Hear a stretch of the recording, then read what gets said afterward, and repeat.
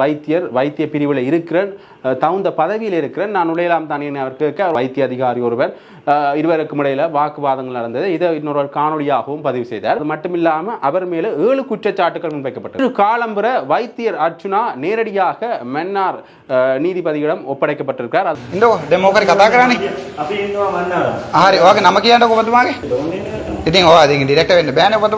පුතා අපි දන්නවා මේ හොස්පිටල් එකේ කවුද ඩිරෙක්ටර් හොස්පිටල් நீங்க ஹாஸ்பிடல்ல வந்து கத்தலாம் இல்ல நீங்க அத்துமீறி ஒரு ஃபீமேல் ஓடுக்கு நீங்க போறது நான் அடி கொத்தண்ட எல்லாம் சொன்னீங்க அவனே எல்லாம் விரட்டுனீங்க இந்த படியனே அதான் தனியா இலங்கையில் உள்ள வைத்தியசாலைகள் தனியாருக்கு உரியதா உள்ளதா அரசு வைத்தியர் உள்ள செல்ல முடியாதா இவருடைய வைத்தியர்கள் முறைப்பாடின்படி நான் ஒரு அரசு வைத்திய நிர்வாகியாரியா இருந்து உள்ள போகலாதான்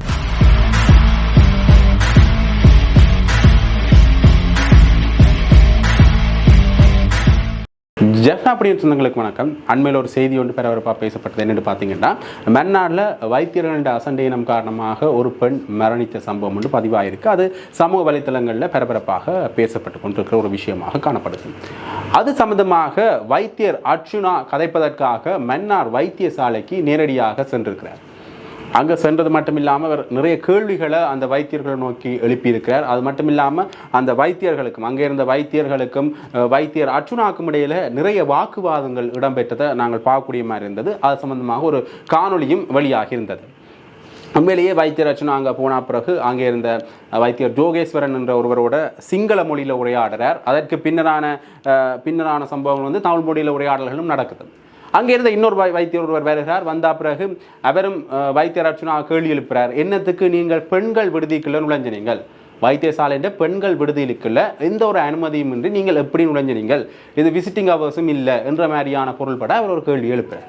அப்படி எழுப்புகின்ற பொழுது அவர் சொல்கிறார், நான் ஒரு வைத்தியர், அதாவது வந்து நான் ஒரு வைத்திய பிரிவில் இருக்கிறேன், தகுந்த பதவியில் இருக்கிறேன், நான் நுழையலாம் தானே அவர் கேட்க அவர் உடனே சொல்கிறார், நீங்கள் மன்னார் வைத்தியசாலையில் தான் பணிபுரியுங்களா? மன்னார் வைத்தியசாலையில் பணிபுரிந்தால் நீங்கள் போகலாம், வேறொரு வைத்தியசாலையிலிருந்து அனுமதி பெறாமல் எப்படி நுழைஞ்சீங்கன்ற மாதிரியான கேள்விகளை கேட்க அவர் சொல்கிறார், நான் உங்களுடைய டிரெக்டர்கிட்ட பெர்மிஷன் எடுத்துட்டு தான் உள்ளே வந்தான், அதாவது தொலைபேசி மூலமாக அழைப்பினை ஏற்படுத்தி உரிய அனுமதியை பெற்றுட்டு தான் உள்ளே வந்தான் என்ற மாதிரி அவர் கதை கேட்க மீண்டும் அவர்களுக்கு இடையில் ஒரு வாக்குவாதம் ஒன்று நடக்குது. அதாவது வைத்தியர் ஜோகேஸ்வரன், அது மட்டும் இல்லாமல் அங்கே வந்த வைத்திய அதிகாரி ஒருவர் இருவருக்கும் இடையில வாக்குவாதங்கள் நடந்தது. இதை இன்னொரு காணொலியாகவும் பதிவு செய்தார். அந்த காணொலியை எடுக்க வேணாம் என்று அங்கே இருக்கிற வைத்தியர்களும் அவரை எச்சரிக்கணும். அதை தேவை செஞ்சு இங்கே காணொலி எடுக்க வேண்டாம், ஒரு வைத்தியசாலைக்கு அனுமதி இல்லாமல் நுழைஞ்சு காணொலி எடுக்க தவறுன்னு சொல்லினோம். அது மட்டும் இல்லாமல் இந்த நேரத்தில் போலீஸார் கூட அங்கே வந்துட்டினோம். இந்த பிரச்சனைகள் சம்பந்தமாக கதைப்பதற்காக போலீஸாரும் அங்கே வரவழைக்கப்பட்டிருக்கணும். உண்மையிலேயே நிறைய விஷயங்கள் அன்றைய இரவு நடந்திருக்கு. வைத்தியர் அர்ச்சுனா இந்த பிரச்சனை தொடர்பாக கதைக்கிறதுக்கு தான் அங்கே போனதாகவும் நிறைய பிரச்சனைகள் இது தொடர்பாக வைத்தியர் அர்ச்சுனாவுக்கு இழைக்கப்பட்டிருக்கணும். வைத்தியர் அர்ச்சுனாவுடைய ஆதரவாளர்கள் இன்றும் சமூக வலைத்தளங்களில் பல பதிவுகளை போட்டுருக்கிறோம். அவருக்கு ஆதரவான கருத்துக்களை கருத்துப்பட்டியில் தெரிவித்த வண்ணமே இருக்கணும். இன்னொரு விஷயம், இந்த சம்பவம் நடந்த பிறகு இன்று காலம்புற வைத்தியர் அர்ச்சுனா நேரடியாக மன்னார் நீதிபதியிடம் ஒப்படைக்கப்பட்டிருக்கிறார். அது மட்டும் இல்லாமல் அவர் மேலே 7 குற்றச்சாட்டுகள் முன்வைக்கப்பட்டிருக்கு.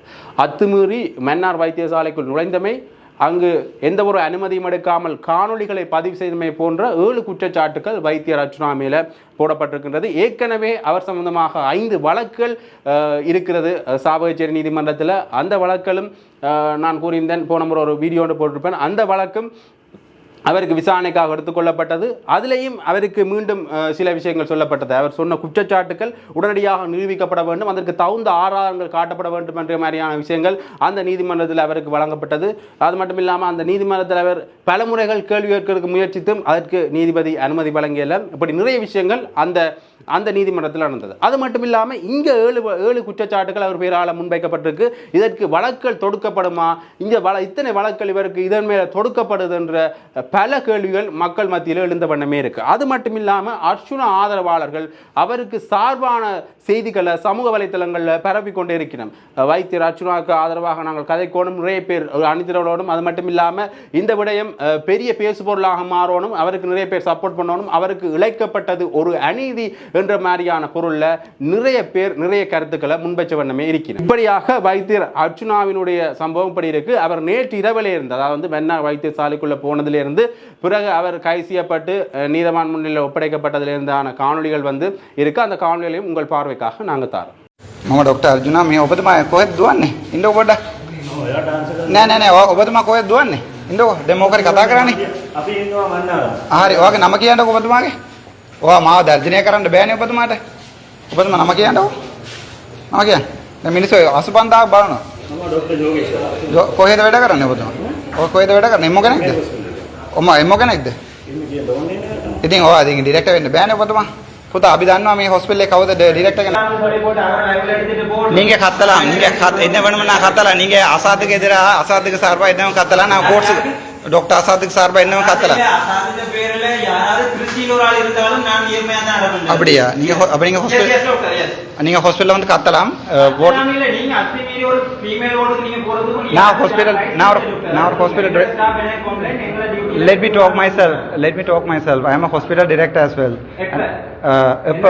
இப்பவும் நான் தான் no உங்களுக்கு இங்கிலீஷ் விளங்காதா சார் உங்களை தமிழ்ல சொல்லுவேன் நான் ஸோ அப்போ வேற ஹாஸ்பிட்டல் டாக்டர் ஒருத்தர் வந்து கதைக்கல அனுமதி எடுத்துருக்கு கால் பண்ணி கதைச்சிருக்கு அப்படி உங்களோட டிரெக்டர்கிட்ட அடிச்சு கேளுங்க டிரெக்டர் ஜோயேஸ்வரன் நீங்கள் என்ன சொல்ல வாரீங்க இதை சொல்ல வந்து நீங்கள் ரைட் நீங்கள் எங்கே ஒர்க் பண்ணுறீங்க ரைட் நான் ரைட் விளங்கல அவரே சமாந்துறையில் கணக்க வழக்கத்துக்கு தெரியுமா அப்படியா ரைட் ஓகே சந்தோஷம் நாங்கள் சந்திப்போம் நீங்கள் முதல் அடி கொத்தண்டு எல்லாம் சொன்னீங்க அவனே எல்லாம் விரட்டுனீங்க இந்த படியானே நீங்கள் எடுத்தீங்க வீடியோ அப்போ நீங்கள் எடுக்கலையா இவர் உன்னோட கிடக்கு தான் இந்த வீடியோ எடுத்து ரைட் நாங்களும் போலீஸ் வந்துருக்கீங்க அப்படி தானோ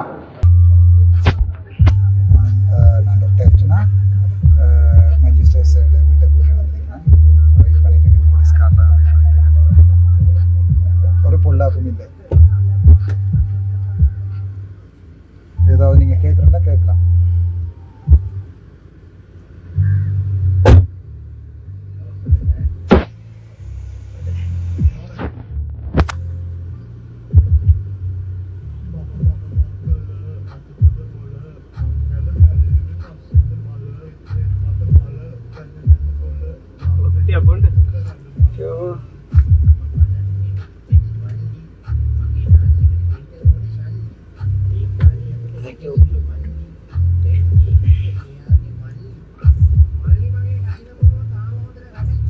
வணக்கம்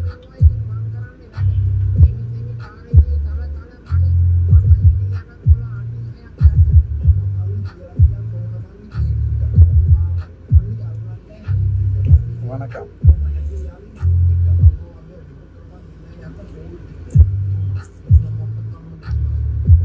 நல்லா இருக்கேன் சுதா நல்லா இருக்கேன்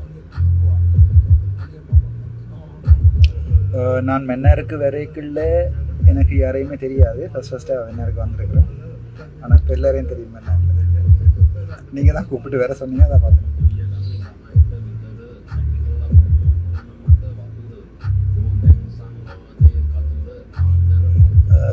போலீஸார் வந்து ஸ்டேட்மெண்ட் எடுக்கிறதுக்காண்டி வேறு சொன்னவ அது பிறகு அங்கே போய் ஸ்டேட்மெண்ட் கொடுத்தேன் நான் அதாவது வைத்தியசாலைக்கு ஏன் வந்தது ஏன் ஓட்டுக்கு போனது என்று சொல்லி அங்கே இருக்கிற டாக்டர்ஸ் மேலே வந்து எனக்கு எதிராக கம்ப்ளைண்ட் போட்டிருக்கேன் அதாவது நான் ஒரு வைத்தியராக வந்து வைத்தியசாலைக்கு உள்ளுக்குள்ளே போயிடாதான் வந்து அதுக்கு ஸ்டேட்மெண்ட் கொடுத்தேன் நான் பிறகு என்ன கூட்டிகிட்டு வந்திருக்கேன் ஜட்ஜ் சைடை விட்டு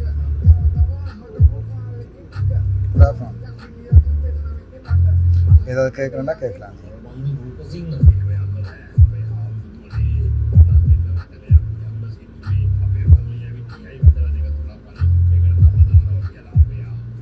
தேங்க்யூ கணேசலிங்கம் நிரஞ்சன் தேங்க்யூ வணக்கம் இனிய தாய் தமிழுக்கு வணக்கம்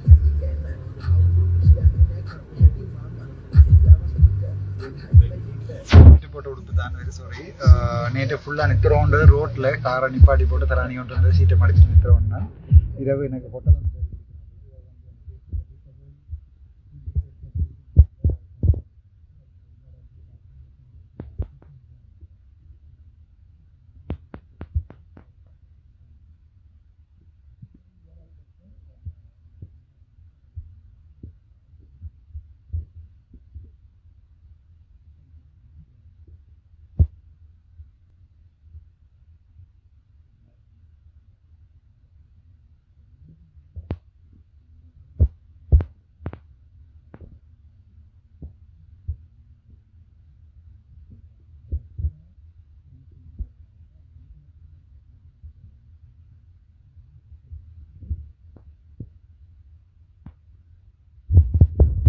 ரைட், ஓகே. போலீஸார் நிலைப்பாடு என்ன? அவர்களுக்கு விஷயம் தெரியும் தானே? அப்போ அவை வந்து அவட சட்டத்தை செய்யணும். அவட